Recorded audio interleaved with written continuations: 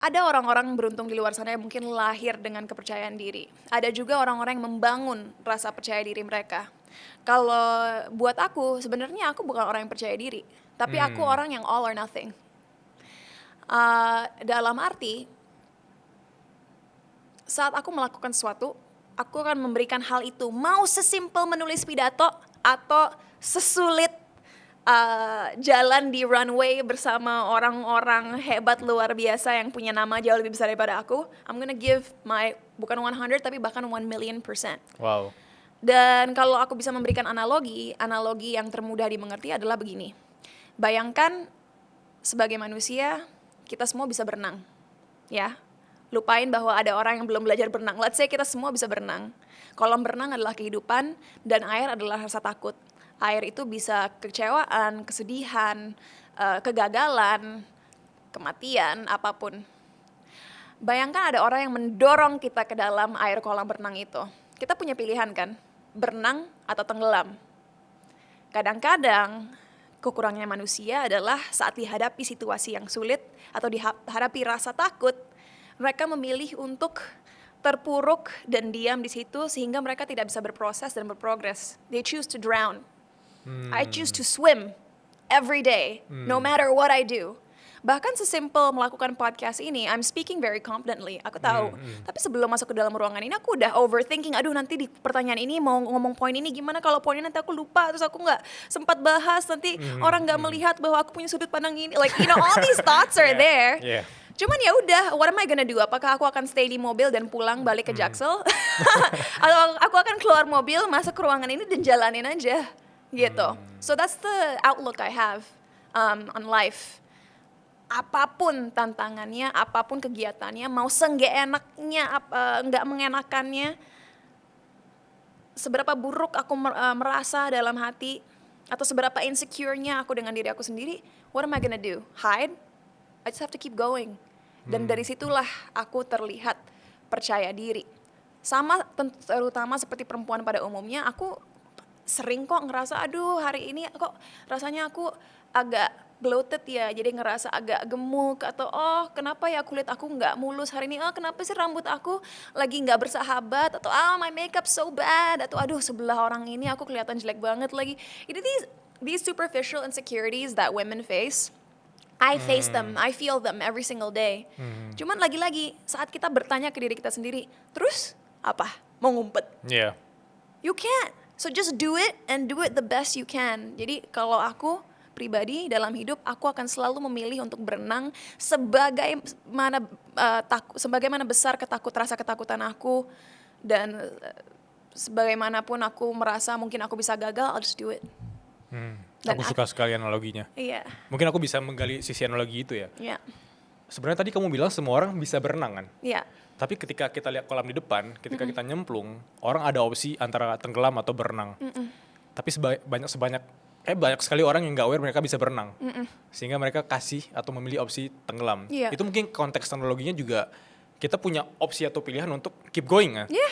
Tapi karena kita ngeliat ada opsi untuk nyerah nih, ya udah kita nyerah. Kita Iya. menyerah dengan tenggelam gitu. Iya. Aku suka And analoginya. itulah yang sangat menyedihkan ya. Banyak sekali orang tidak menyadari bahwa kalaupun mereka hanya memberikan sedikit effort di kolam berenang itu, mereka gini deh, yang penting nggak Iya. tenggelam, Iya. itu udah akan bantu mereka survive dan maju Wow. sedikit daripada mereka hanya takut Iya. freeze, udah deh tenggelam ke bawah kayak batu. Yes, aku suka sekali kata-kata sedikit effort. Just sedikit effort will take you a long way. Gitu. Tapi aku mau masuk ke kacamata orang-orang yang mungkin menonton dengan POV bahwa lah lu enak ngomong gitu, lu cinta Laura gitu kan. Kita ngomongin ke orang-orang yang mungkin merasa bahwa lu enak karena lu punya beauty privilege, lu punya privilege di lingkungan itu, lu punya akses edukasi yang lebih bagus nih. Bagi orang-orang yang mungkin cinta masuk ke dunia mereka, let's say sorry for saying gue tidak punya beauty privilege, gue tidak punya akses edukasi gitu. Gimana caranya atau pesan apa yang disampaikan ke teman-teman agar mereka bisa lebih confidence? Terima kasih bagi orang yang merasa aku punya beauty privilege, tapi percaya nggak percaya, kalian pun bisa meriset ini. Banyak sekali orang di luar sana yang akhirnya terlihat memiliki beauty privilege. Sebenarnya kalau kita lihat awal mula mereka tidak selalu memiliki privilege itu. Kadang-kadang dengan wawasan, kepercayaan diri, dan kesadaran bahwa kita memiliki pilihan, dari situlah kita berevolusi menjadi seseorang yang kelihatan lebih attractive secara konvensional gitu. Bahkan kalau aku melihat diri aku sendiri, membandingkan diri aku waktu berawal di industri ini dan sekarang, evolusinya tuh jauh banget. Aku ngelihat foto aku yang zaman dulu cringe banget, like ew, like you were so makeup blind, you were so blind about fashion, you were so blind about everything. Tapi lagi-lagi kembali ke analogi kolam berenang tadi, kalau kamu misalnya ngerasa tidak cantik, ngerasa kurang tinggi, ngerasa kurang pintar, what are you gonna do? Give up on life? Pilihannya kan ada di kamu. Kamu mau akhirnya putus asa dan berhenti menjalani hidup ini, atau kamu mau mencari cara untuk berkembang? Karena nggak ada kok orang yang sempurna, tapi suatu hal yang semua kita bisa lakukan terlepas dari socioeconomic background kita, terlepas dari privilege yang kita miliki, adalah berusaha mengasah skill set kita, mencari wawasan dan lain sebagainya. I think that's something everybody can do, dan tentunya pilihan. Kita semua punya pilihan, dan apa yang aku maksud dengan itu? Sesimpel ini deh. Kadang-kadang untuk bahkan teman-teman yang nonton, bahkan untuk kita ya, saking kita udah menjadi manusia modern, anggapan kita akan apa kesuksesan itu adalah oke, punya ketenaran seperti ini, punya penghasilan seperti ini, tinggal di rumah seperti ini. Yep. But that means we ourselves are thinking in a very narrow-minded manner. Karena kalau aku bandingkan dengan saudara-saudara kita di Papua, let's say, aku baru aja pulang dari Kabupaten Asmat 2 minggu yang lalu. Di sana aku bahkan tinggalnya di homestay, kemana-mana naik perahu, naik motor, dan aku mengunjungi warga setempat.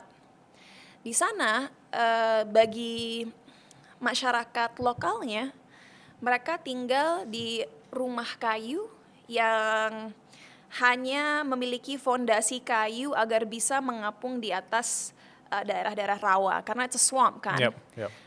Banyak dari mereka tidak punya pekerjaan konvensional.